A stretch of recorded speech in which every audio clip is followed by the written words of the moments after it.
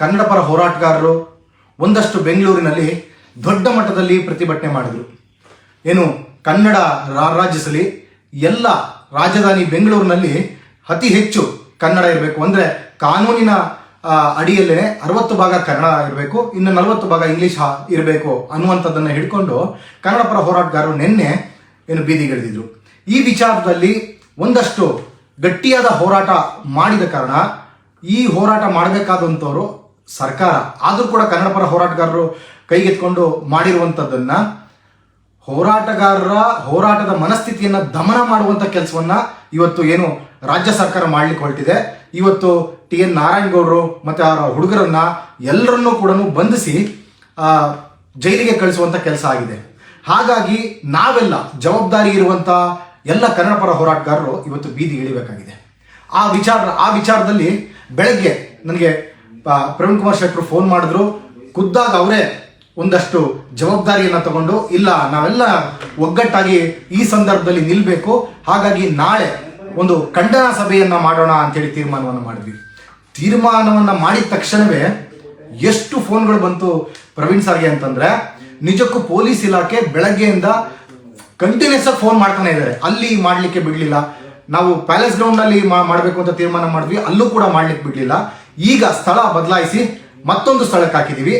ಯಾವ ಸ್ಥಳ ಅಂತ ಹೇಳಿ ಈಗ ಪ್ರವೀಣ್ ಕುಮಾರ್ ಶೆಟ್ಟರೆ ಹೇಳ್ತಾರೆ, ಮತ್ತೆ ಎಲ್ಲಿ ಏನು ಅಂತ ಹೇಳಿ ನಾಳೆಯ ಸಭೆಯನ್ನ ಒಂದಷ್ಟು ಸಾಹಿತಿಗಳನ್ನ ಎಲ್ಲಾ ಕನ್ನಡ ಪರ ಹೋರಾಟಗಾರರನ್ನ ಯಾವುದೇ ಸಂಘಟನೆ ಬ್ಯಾನರ್ ಅಡಿಯಲ್ಲಿ ಅಲ್ಲದೆ ಎಲ್ಲರೂ ಕೂಡ ಸಾಮೂಹಿಕವಾಗಿ ನಾಳೆ ಬಂದು ನಮ್ಮ ಒಕ್ಕೊರಳಿನ ನಮ್ಮ ಏನು ನಿಲುವನ್ನ ಸರ್ಕಾರಕ್ಕೆ ಮುಟ್ಟಿಸುವಂತ ಕೆಲಸವನ್ನ ನಾಳೆ ಮಾಡಬೇಕಾಗಿದೆ.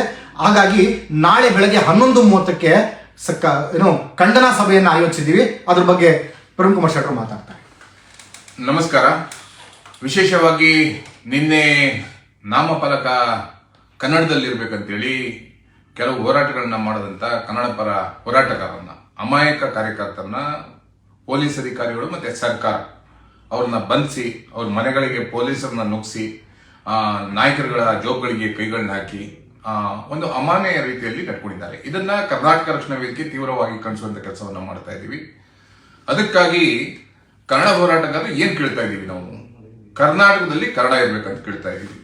ಕನ್ನಡದ ಮಕ್ಕಳಿಗೆ ಕೆಲಸ ಕೊಡಿ ಅಂತ ಕೇಳ್ತಾ ಇದೀವಿ. ಅಥವಾ ಸಾಫ್ಟ್ವೇರ್ ಕಂಪನಿಗಳಲ್ಲಿ ಬೇರೆಯವರು ಬಂದು ಸೇರ್ಕೊಂಡಿದ್ದಾರೆ. ಕನ್ನಡದವ್ರ ಮೇಲೆ ದಿನನಿತ್ಯ ನಿರಂತರ ದಾಳಿ, ಸಾಮಾಜಿಕವಾಗಿ ದಾಳಿ ನಡೀತಾ ಇದೆ, ಸಾಂಸ್ಕೃತಿಕವಾಗಿ ದಾಳಿ ನಡೀತಾ ಇದೆ. ನಮ್ಮ ಉದ್ಯೋಗವನ್ನ ಕಿತ್ಕೊಂಡಿದ್ದಾರೆ, ನಮ್ಮ ನೆಲವನ್ನ ಕಿತ್ಕೊಂಡಿದ್ದಾರೆ, ನಮ್ಮ ನೀರನ್ನ ತಗೊಂತಾರೆ. ಆಡಳಿತ ಮಾಡುವಂತ ಎಲ್ಲಾ ರಾಜಕೀಯ ಪಕ್ಷಗಳು ಕನ್ನಡಿಗರ ಪರ ಅಂತಾರೆ, ಯಾರು ಕನ್ನಡಿಗರ ಪರವಾಗಿಲ್ಲ. ನಮ್ಗೆ ದುಡಿಮೆ ಇಲ್ಲ ಅಂದ್ರೂ, ಆರೋಗ್ಯ ಸರಿ ಇಲ್ಲ ಅಂದ್ರೂ ದಿನನಿತ್ಯ ಬೆಳಿಗ್ಗೆ ಆದ್ರೆ ನಾವು ಕೋರ್ಟ್ಗೆ ಹೋಗಿ ನಿಂತ್ಕೊಳ್ಳೇಬೇಕು. ವರ್ಷಗಟ್ಟಲೆ ನಿಂತ್ಕೊಂತಾ ಇದ್ದೀವಿ. ನಮ್ಮ ಕನ್ನಡ ಹೋರಾಟಗಾರರ ಬೇಡಿಕೆಗಳನ್ನ ಯಾರು ಆಲಿಸೋರಿಲ್ಲ. ರಾಜಕೀಯಕ್ಕಾಗಿ ನಾವು ಹೋರಾಟ ಮಾಡಿಲ್ಲ, ಅಥವಾ ನಿನ್ನೆ ನಡೆದಂತ ಕಾರ್ಯಕರ್ತರು ಯಾರ ಡಕಾಯಿತಿ ಮಾಡಿಲ್ಲ, ದರೋಡೆ ಮಾಡಿಲ್ಲ, ಯಾರು ಕೊಲೆ ಮಾಡಿಲ್ಲ, ಆದ್ರೂ ಸಹ ಅವ್ರನ್ನ ಕ್ರಿಮಿನಲ್ಗಳ ರೀತಿ ಒರೆಸ್ತಾ ಇರುವಂತದ್ದು ತೀವ್ರವಾಗಿ ಖಂಡಿಸ್ತೀವಿ.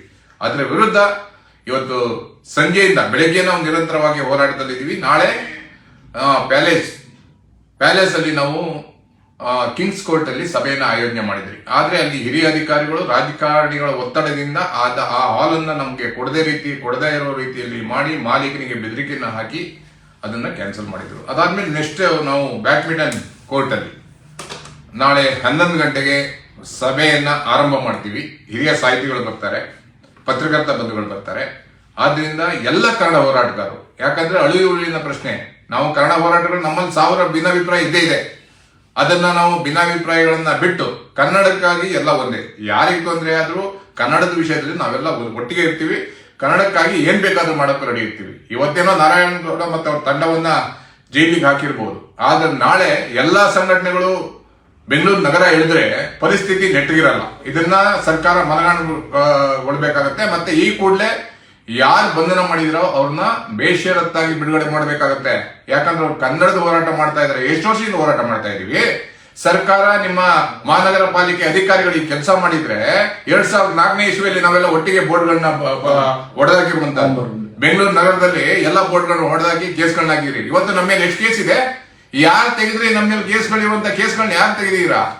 ನೀವು ಬಿಜೆಪಿ ಸರ್ಕಾರ ಬಂದ್ರೆ ಇದು ನೈತಿಕ ಪೊಲೀಸ್ಗಿರಿ ಮಾಡುವ ಮೇಲೆ ಕೇಸ್ಗಳನ್ನ ವಾಪಸ್ ಪಡಿತೀರಾ?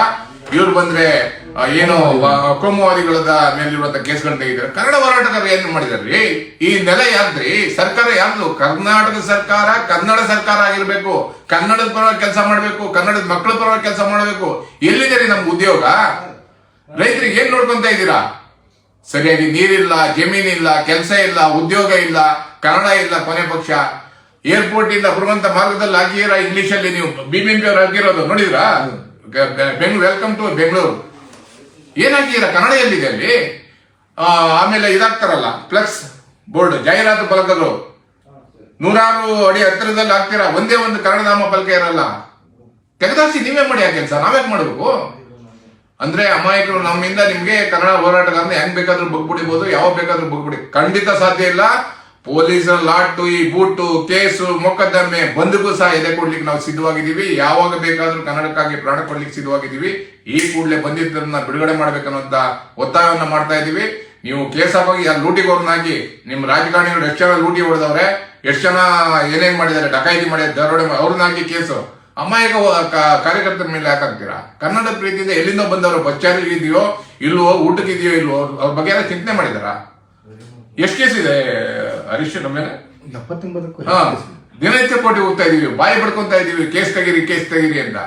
ಬಿಜೆಪಿ ಮುಖ್ಯಮಂತ್ರಿ ಬೊಮ್ಮಾಯಿ ಅವರು ಅದೇನೋ ಹೇಳಿದ್ರು, ಸಿದ್ದರಾಮಯ್ಯನವರು ಕನ್ನಡದ ಪರವಾಗಿದ್ದಾರೆ, ತೆಗಿತಾರೆ ಅನ್ನೋ ಮನೋಭಾವನೆ ಇನ್ನೂ ಇಟ್ಕೊಂಡಿದೀವಿ, ಆಸೆ ಇಟ್ಕೊಂಡಿದೀವಿ. ಧರ್ಮ್ ಸಿಂಗ್ ಅವರು ಆವಾಗ ತೆಗೆದ್ರು.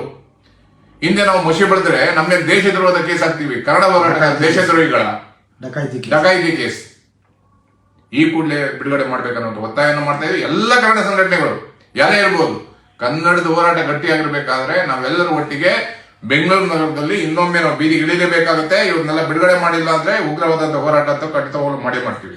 ಸಮಯ ಕಮ್ಮಿ ಇದೆ, ಖುದ್ದಾಗಿ ಸಮಯ ಕಮ್ಮಿ ಇರೋದ್ರಿಂದ ಎಲ್ಲರೂ ಸಹ ಈ ಸಂದೇಶವನ್ನು ತಿಳ್ಕೊಂಡು ನಾಳೆ ವಸಂತ ನಗರ ಬ್ಯಾಡ್ಮಿಂಟನ್ ಕ್ಲಬ್ಗೆ 11 ಗಂಟೆಗೆ ಬರ್ಬೇಕನ್ನೋ ಒತ್ತಾಯವನ್ನು ಮಾಡ್ತಾ ಇದ್ದೀವಿ. ನಮಸ್ಕಾರ.